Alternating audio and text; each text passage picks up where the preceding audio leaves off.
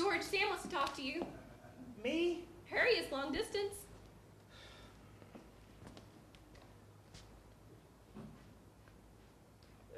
Hello, Sam? Well, George Baileyovsky, hey, a fine pal you are. What are you trying to do, steal my girl? No one's trying to steal your girl. Here's Mary. No, wait a minute. I want to talk to both of you. Tell Mary to get on the extension. He says he wants you to get on the extension. Mother's on the extension. I am not. Here. Now we can both hear. We're listening, Sam. I have a big deal coming up, and it's going to make us all rich.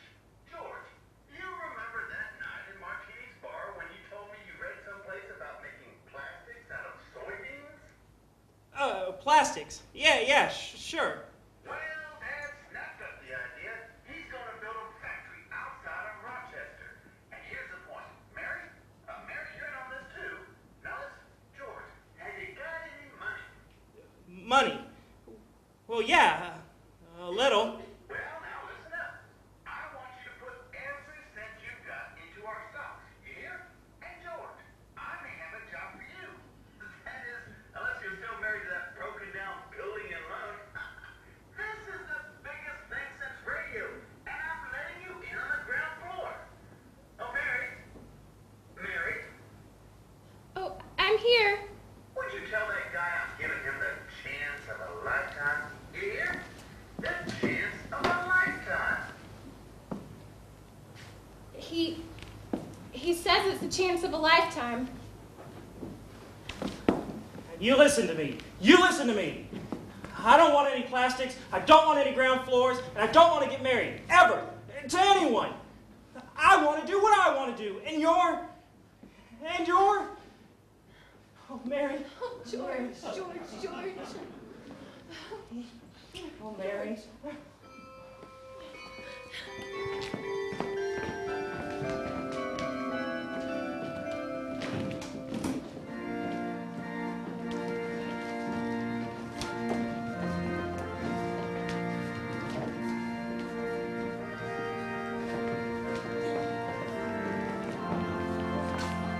I don't see them here. They're off.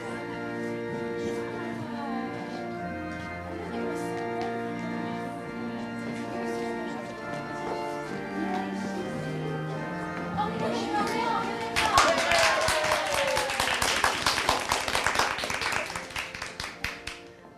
Bert and I pitched in on this.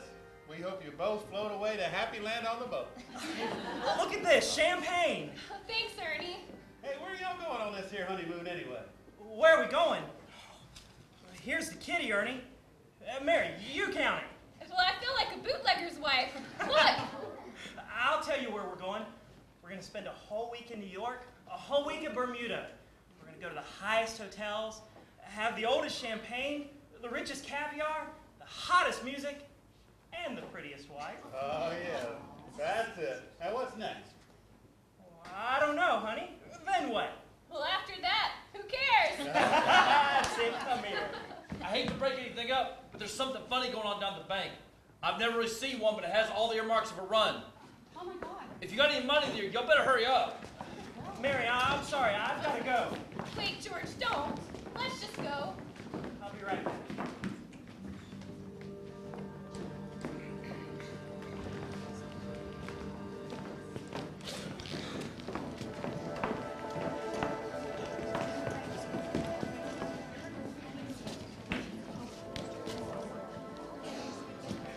What is this, Uncle Billy? A holiday?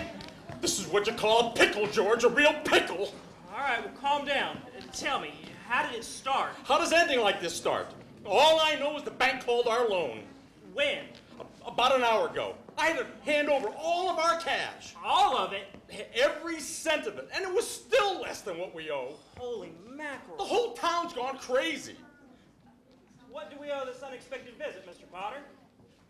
Well, there's a rumor going around that you're going to close your doors early today. Is that true? Well, no, sir. And not for another 10 minutes. That's our regular closing time. I'm glad to hear that. George, are you all right? Do you want me to call the sheriff? The sheriff? What for?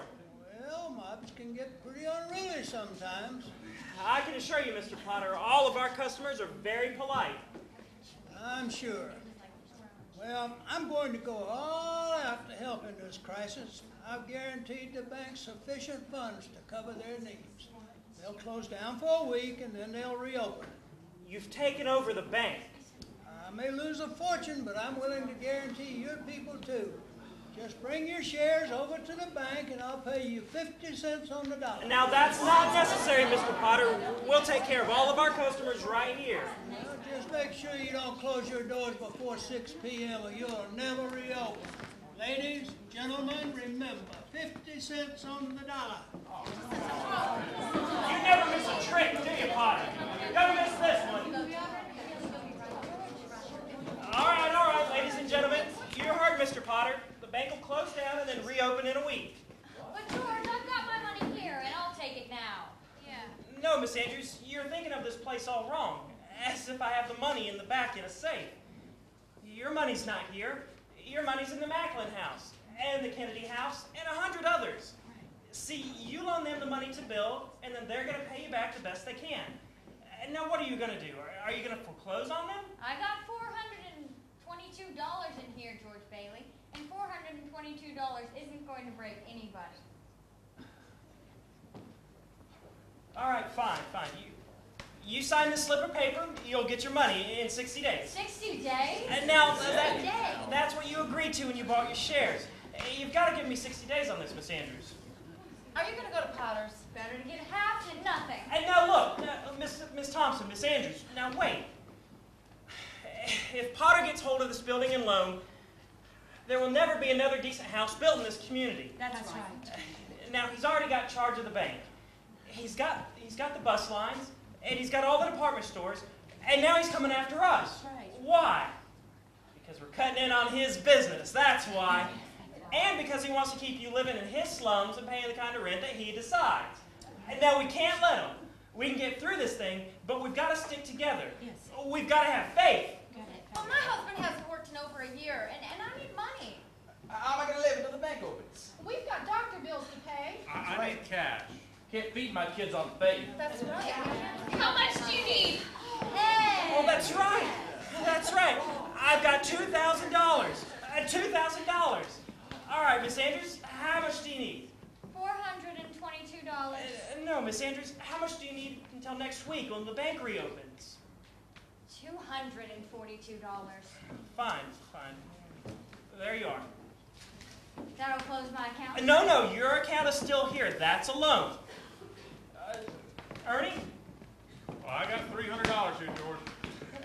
No, Ernie, how much do you need until the bank reopens next week? Well, I guess 20. $20. Fine. There you are. Miss Thompson? But that's your money, George. Don't worry about that. How much do you need? Well, I guess we could get by on 20, all right. $20. Fine. And I'll sign a paper. No, I know you'll pay me back the best you can. Don't worry about that. Mrs. Martini? Can we have $14.85? $14.85? Of course you can. I think we're gonna make it, George. I think we're gonna make it. So do I. 3, 2, 1. Bingo! We made it. We're still in business. We got $2 left. Well, pop the champagne. I'd say we were a couple of financial wizards. Those Rockefellers. Open the safe for these great big simoleons. We'll save them for seed. Here's to Papa Dollar and to Mama Dollar. And if you want this building alone to stay in business, you'd better have a family real quick. Oh, I wish they were rabbits. Did you hear that, Uncle Bill? Rabbits. That's great, Aunt Tilly. Rabbits. Here's to the rabbits. Rabbits. To the rabbits.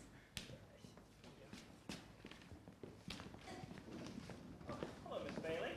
Well, hello, Mr. Bailey. How's business? Booming. Well, at least you have a house to come home to. Well, most of the windows are broken out and the roof leaks in a place or two, but the structure's down and there's not a crack of the foundation. What are you talking about? 32 Sycamore? 32 Sycamore. But that's the old Granville house. Remember the night we broke the windows? That's what I wished for, and I've been saving ever since. Happy anniversary. Happy